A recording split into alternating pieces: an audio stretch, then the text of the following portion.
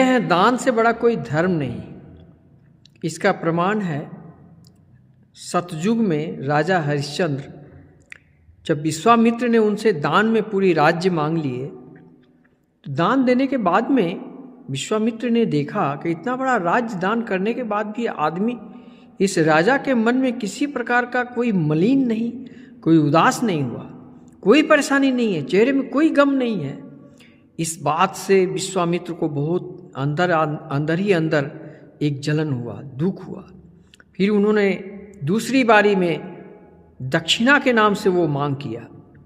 इसके बाद में दक्षिणा प्राप्त किया।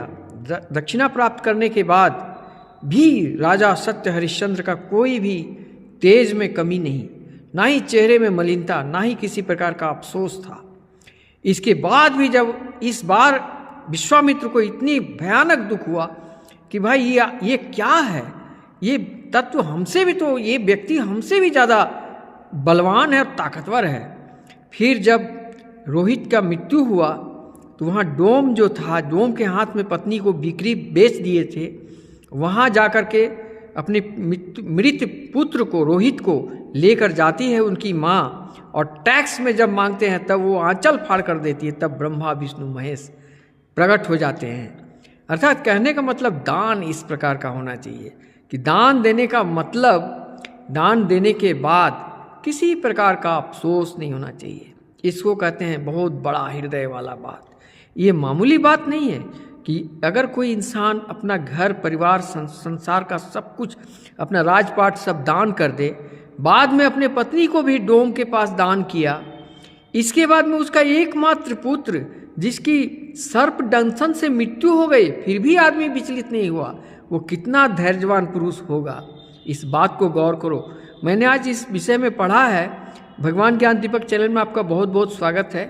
इसलिए दान से बड़ा कोई धर्म नहीं, लेकिन इस कलयुग में दान के बारे में कोई सोच नहीं सकता है। अगर थोड़ा सा भी कोई दान करता है तो कैमरे के सामने दान करता है, वो दान नहीं है। और कुछ लोग दान करते हैं तो बाद में 10 लोगों को बताते हैं कि मैंने दान किया। दूसरी बात है। तीसरी बात यह है कि कुछ लोग दान करने के बाद अफसोस करते हैं, ओह आज मेरा इतना दान हो गया, इतना धन मेरा कम गया। ये लोग कभी दानी नहीं हो सकते हैं। इसलिए दान के बारे में आज प्रकाश डाला है।